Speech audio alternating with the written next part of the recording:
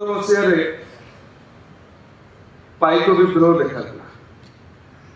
ଅର୍ଥାତ୍ ମାତ୍ର 14 ବର୍ଷ ଭିତରେ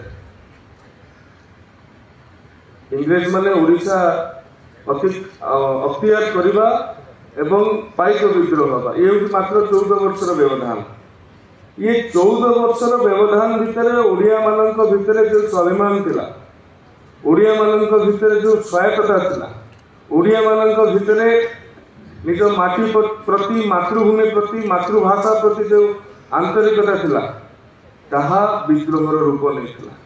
किंतु ए कथा जानवाकू संपूर्ण भारत वर्ष को केते शताब्दी लगिगला। कहीं आमे आम पिला मानक आमर जो ऐतिह्य रही, आमर जो इतिहास रही, इतिहास परिवर्तन हमार आवश्यकता नहीं, किंतु सत इतिहास जानिबार आवश्यकता अच्छी। जातीय शिक्षा नीति